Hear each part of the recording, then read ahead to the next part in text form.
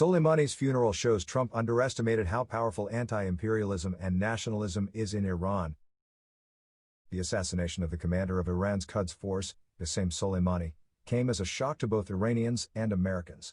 Although Soleimani and his force had been designated by the U.S. as a terrorist organization, it was never expected that Washington would kill him this way. But many are still surprised, asking how Donald Trump, a vocal critic of endless Middle East wars, got to this point. Experts have been warning that Mr. Trump was eventually going to stumble into a serious conflict.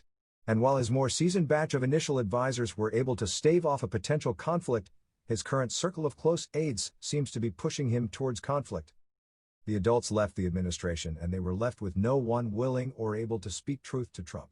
He drove past the warning signs and crashed us into this crisis, says Brett Bruen, former White House Director of Global Engagement, adding that unlike many of Mr. Trump's other mistakes, a summit or a trade deal is not going to solve this one.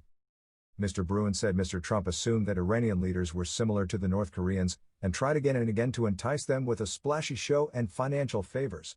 All he did was create even greater animosity and anti-American sentiment, both within Iran and amongst our traditional allies. Tehran knew Washington was in a tough spot and tried to elevate the costs on countries like Saudi Arabia and the United Arab Emirates, he told The Independent. On the other hand, a response in Iran to Soleimani's killing seems to have caught the Trump administration off guard. Iranians showed up huge numbers for the general's funeral with massive crowds filling the streets in multiple cities across Iran.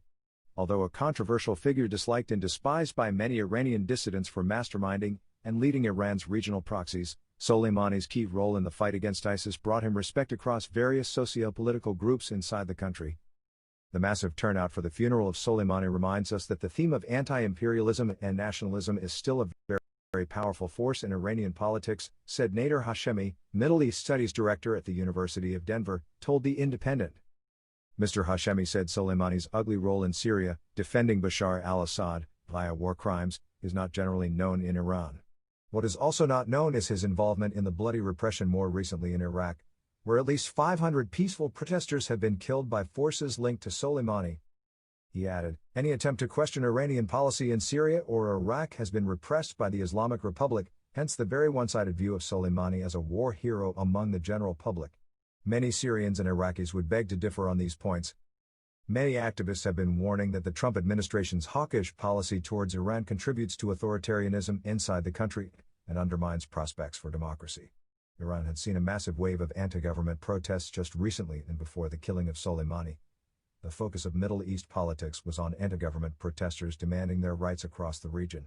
Now the focus of politics is American imperialism. This is a huge ideological gift to the leaders of the Islamic Republic, especially hardliners, who don't want to talk about democracy or human rights.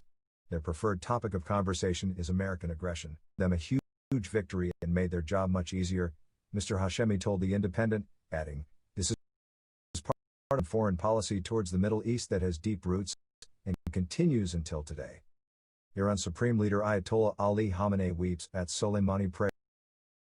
Here in Washington, Mr. Trump and his close aides have been pushing the narrative the assassination of Soleimani was a move to prevent war and make Americans safer. But their narrative is facing serious pushback from Democratic leaders, even though those Democrats hold hawkish positions towards Iran. Critics argue that the killing would not stop the Quds force and, to the contrary, would throw an already volatile region into more chaos. Narges Bajogli, assistant professor of Middle East Studies at Johns Hopkins University, warned against expecting a big elite unit. The only difference is that now with the assassination of Soleimani, there is a renewed energy in the force and a more focused mission to push the U.S. military out of the region, Ms. Bajogli told The Independent, adding that she believed the Quds force would play the long game, trying to make it untenable for American forces to stay.